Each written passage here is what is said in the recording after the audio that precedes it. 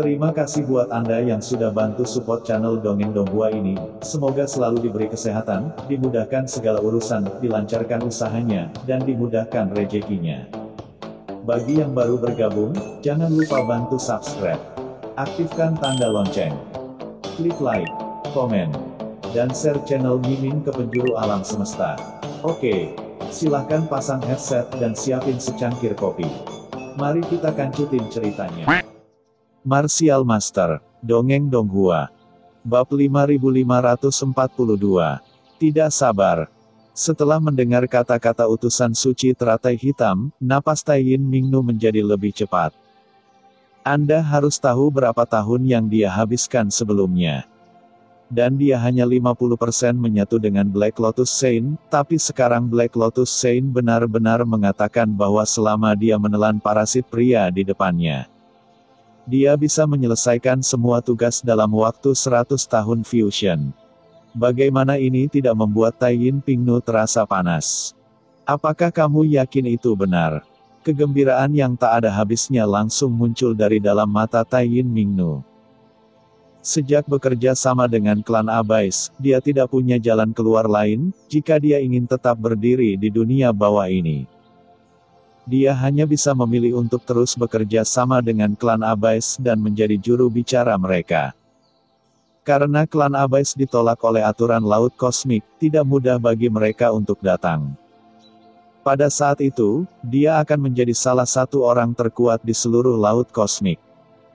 Dia tidak perlu bersembunyi seperti sekarang, dan gadis matahari Pluto dan gadis bintang gelap Pluto menempati Laut Bencana Abadi. Tentu saja benar, parasit sangat langka. Melihat seluruh lautan alam semesta, tidak akan pernah ada lebih dari 2 tangan. Klan kami telah mencari selama bertahun-tahun di lautan alam semesta dan dunia bawah, tapi kami belum pernah menemukan siapapun. Tapi kami tidak berharap untuk bertemu di sini hari ini. Untuk memilikinya. Ini hanyalah Tuhan yang membantu kami.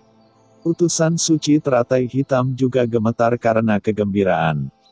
Taiyin Mingnu mengerutkan kening ketika dia mendengar ini. Jika parasit ini benar-benar sangat langka, mengapa tiba-tiba muncul di sini? Mungkinkah seseorang dengan sengaja mengaturnya? Taiyin Mingnu selalu berhati-hati, dan pada saat ini, hatinya tiba-tiba menjadi waspada. Apa yang kamu pikirkan? Utusan suci teratai hitam menggelengkan kepalanya, tidak khawatir sama sekali, dan berkata dengan sungguh-sungguh, seberapa langka parasit. Bagi klan kami, mereka bahkan lebih langka daripada kamu, 4 kaisar agung dari dunia bawah. Ini bagus. Siapa yang dengan sengaja memberikan sesuatu kepadamu? Orang-orang seperti itu sangat berharga di mata makhluk tertinggi di klan kami. Apa tujuan memberikannya kepadamu? Untuk tubuhmu. Utusan suci teratai hitam berkata dalam nadanya. Jelas ada sedikit arogansi, yang membuat ekspresi Taiyin Mingnu sulit untuk dilihat. Tidak peduli apa, saya masih seorang kaisar yang hebat. Kaisar Agung. Utusan suci teratai hitam menggelengkan kepalanya, saya tidak bermaksud meremehkan Anda.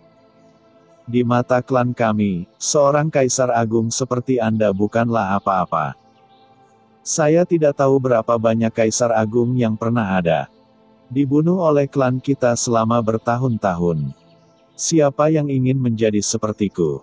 Mata Dharma klan setidaknya harus setingkat Permaisuri Ming Yue di dunia bawah, agar bisa dianggap sebagai sosok. Wajah Taiyin Mingnu tiba-tiba berubah suram. Tapi dia tidak terus membantah, karena dia tahu apa yang dikatakan utusan suci teratai hitam itu tidak salah. Di jurang maut, keberadaan seperti dia bukanlah apa-apa. Setidaknya dia harus berada di level 4 Kaisar Agung agar bisa memenuhi syarat untuk berkomunikasi dengan pihak lain. Alasan kenapa saya bisa bekerja sama dengan pihak lain hanya karena saya menghargai jalan dunia bawah yang telah saya kembangkan agar lebih mampu mengakomodasi jalan jurang maut. Hanya dengan sepenuhnya bergabung dengan utusan suci teratai hitam dan menjadi agen klan Abais, saya dapat benar-benar berdiri di puncak alam semesta ini dan menjadi pemain catur. kata Taiyin Mingnu dalam hati, menatap mata Molly. Semakin panas. Dan lebih panas. Dan Molly ini adalah orang kunci yang mengambil langkah penting ini. Saat ini, Taiyin Mingnu merasa tidak nyaman. Saat Taiyin Mingnu sedang berbicara dengan utusan suci teratai hitam, Qin Chen dan yang lainnya telah berhasil melewati layar kematian dan tiba di inti laut bencana abadi. Aura dosa yang sangat kuat. Begitu dia memasuki area inti laut kesengsaraan abadi, Qin Chen merasakan aura dosa yang jauh melebihi area pinggirannya. Aura ini sangat menakutkan sehingga bisa bahkan secara samar-samar mempengaruhi suasana hati Qin Chen, setidaknya lebih dari 10 kali lipat dari dunia luar. Tidak heran Kaisar Netherworld mengatakan bahwa hanya dengan memasuki kedalaman laut bencana abadi, luka Sisi dapat disembuhkan sepenuhnya. Sumber kekuatan yang menakutkan di sini memang mungkin untuk menekan kekuatan jurang di tubuh Sisi. Qin Chen sangat bersemangat. Aura di luar area inti begitu kuat, jadi betapa menakutkannya aura di dalamnya. Tentu saja, meskipun hatinya bersemangat, ekspresinya tidak menunjukkan apa-apa, dia hanya berdiri di samping dengan hormat, seperti kontributor lain yang telah lulus penilaian. Dia sangat rendah hati dan tidak mengganggu. Kaisar Abadi dan Molly juga menghela nafas lega. Hingga saat ini, Taiyin Mingnu belum mengambil tindakan. Awalnya, sepertinya mereka bertiga berhasil lulus ujian. Saat gerakan aneh melanda tubuh Molly tadi, jantung mereka hampir melompat keluar dari tenggorokan. Untungnya, mereka berhasil akhir. Lewati level tanpa bahaya. Itu tidak benar, Qin Chen, mengapa Taiyin Mingnu terus menatapku seperti itu? Itu membuatku merasa berbulu di sekujur tubuh. Namun, sebelum jantung Molly turun, dia merasakan tatapan telanjang dan tajam. Yang menimpanya adalah Taiyin Mingnu. Tatapannya seperti pisau tajam, dengan ujung yang tajam dan sedikit fanatisme yang tidak bisa dijelaskan, yang membuat Molly merasa stres dan sesak. Pada saat yang sama, di bawah tatapan ini, Molly juga merasakan aura gelap yang tak dapat dijelaskan mengunci dirinya, menyebabkan asal mula tubuhnya berdetak dan berdetak, hampir tak terkendali. Nafas macam apa ini? Jantung Molly berdebar kencang, dan keringat dingin mengalir dari dahinya. Dia seperti kelinci putih kecil telanjang yang ditatap oleh harimau, dan dia hanya bisa membiarkan pihak lain mempermainkannya. Itu tanpa perlawanan apapun. Ketika Molly ketakutan, Taiyin Mingnu melangkah maju, membawa kekuatan Kaisar Agung, turun dari langit dan langsung menuju ke tempat Molly dan yang lainnya berada. Qin Chen, kita tidak akan ketahuan, kan? Jantung Molly berdebar kencang dan dia tidak berani mengangkat kepalanya untuk menatap. Dia hanya menundukkan kepalanya dan napasnya hampir berhenti. Paman. Kaisar Abadi juga kehilangan suaranya. Dia tidak bisa tenang untuk sementara waktu, dan esensi dalam tubuhnya mengalir tanpa sadar, mencoba melawan perlawanan. Jangan bergerak, pihak lain mungkin tidak memperhatikan kita. Teriak Qin Chen untuk menghentikan mereka berdua. Dia juga merasakan aura dingin yang tak dapat dijelaskan pada Taiyin Mingnu, yang sangat tertutup, tetapi mengikutinya seperti bayangan, seperti belatung tarsal. Menatap mereka pada tingkat yang sangat tinggi, dengan ketidakpedulian dan pengawasan. Namun, Qin Chen tidak merasakan sedikit pun aura pembunuh dalam napas ini. Dan jika pihak lain benar-benar meragukan mereka, bagaimana mungkin dia tidak memiliki niat membunuh saat ini? Qin Chen, yang mewarisi warisan Kaisar Dewa Pembunuh Balik, sangat yakin dengan persepsinya tentang niat membunuh. Di hadapan semua orang, Taiyin Mingnu tiba di depan Qin Chen dan yang lainnya dalam satu langkah. Molly menundukkan kepalanya, tidak berani menatap wajah satu sama lain. Kaisar Abadi, kamu baik. Saya tidak pernah berpikir kamu akan membawa dua pembudidaya hantu yang luar biasa ke Kaisar ini. Taiyin Mingnu menatap Qin Chen dan Molly, dengan sedikit apresiasi di matanya. Hati yang dipegang oleh Kaisar Abadi terjatuh seketika, seolah-olah sebuah batu besar telah diangkat dari tubuhnya. Hahap Permaisuri Taiyin, inilah yang harus dilakukan seorang bawahan. Kedua orang ini bisa menjadi bawahanmu, Permaisuri. Berkat, kamu sangat baik. Taiyin Mingnu mengangguk, menjadi semakin puas dengan Kaisar Abadi. Sanjungan. Tidak jauh dari situ, Peri Fanyin memiliki wajah jelek dan menatap Qin Chen dengan mata suram, menjadi semakin tidak puas dengan Kaisar Abadi. Keajaiban tingkat ini diharapkan menjadi seorang kaisar di masa depan, tetapi dia sebenarnya diberikan kepada seseorang seperti Taiyin Mingnu oleh Kaisar Abadi. Itu benar-benar. Selanjutnya, ujian dilanjutkan. Tim melewati formasi satu persatu, dan selama proses pengujian berikutnya, Taiyin Mingnu sering melihat Molly dengan cemas. Jika bukan karena orang lain di sini belum menyelesaikan pengujian, dia tidak akan mampu menanggungnya dan akan membawa Qin Chen dan Molly ke pulau Taiyin miliknya. Taiyin, kamu tidak perlu terlalu cemas. Parasit sangat jarang terjadi. Tidak ada ruang untuk kesalahan apapun dalam proses melahap. Selain itu, yang terbaik adalah menyesuaikan keadaanmu secara ekstrim terlebih dahulu untuk mencapai hasil yang lebih baik. Hitam utusan suci teratai. Melihat Taiyin Mingnu sedikit bingung, dia langsung mengingatkannya.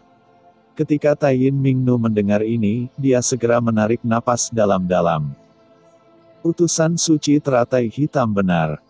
Semakin kritis momennya, dia seharusnya semakin tidak sabar. Selanjutnya, Taiyin Mingnu tidak lagi sering melihat ke arah Molly, namun dia tetap memperhatikan Molly sepanjang waktu. Tubuh Molly berbulu dan gelisah. Akhirnya, setelah sebatang dupa, semua orang lulus ujian. Semuanya, ikut aku.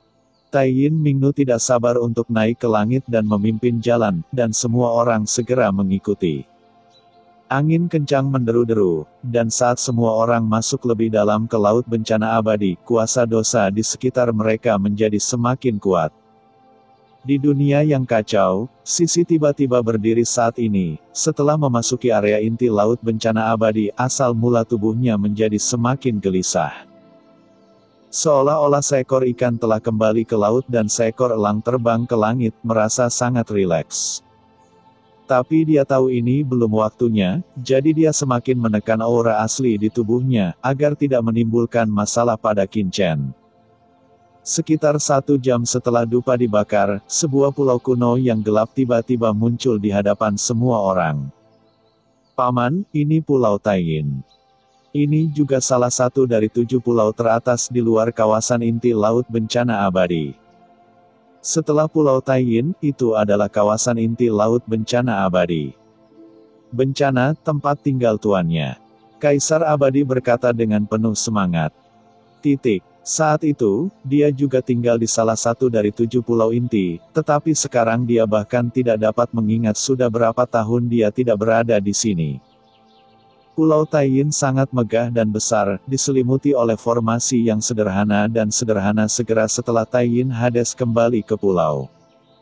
Sekelompok penjaga dengan aura menakutkan mendekati mereka dan memberi hormat kepada Taiyin Hades dengan hormat. Ini adalah bawahan Taiyin Mingnu di pulau itu. Semuanya, kalian ikuti orang-orangku untuk istirahat dulu. Adapun para penggarap hantu yang kalian sumbangkan, mereka akan dibawa ke tempat lain untuk beristirahat. Para kultivator, aku tidak akan ada lagi. Taiyin Mingnu berkata dengan dingin kepada Kaisar Abadi dan yang lainnya. Kaisar Abadi dan yang lainnya buru-buru berkata, mereka beruntung bisa melayani Permaisuri Taiyin.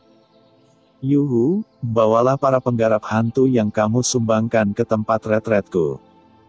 Aku akan memberi mereka instruksi bagaimana cara berlatih segera. Lalu Taiyin Mingnu memberikan instruksi kepada Yuhu raksasa. Ya, cerita pun bersambung. Nantikan episode Martial Master selanjutnya tetap di channel Dongeng Donghua ini. Terima kasih buat Anda yang sudah mengikuti alur dari channel Dongeng Donghua, dan yang sudah bantu subscribe. Semoga selalu diberi kesehatan, dilancarkan usahanya, dan dimurahkan rezekinya. Bagi yang suka dengan alur cerita Donghua yang lainnya, silahkan cek di playlist, yang tentunya pasti tidak akan kalah seru ceritanya. Dan semuanya sudah Mimin rangkum di sana. Semoga bisa terhibur dan terima kasih.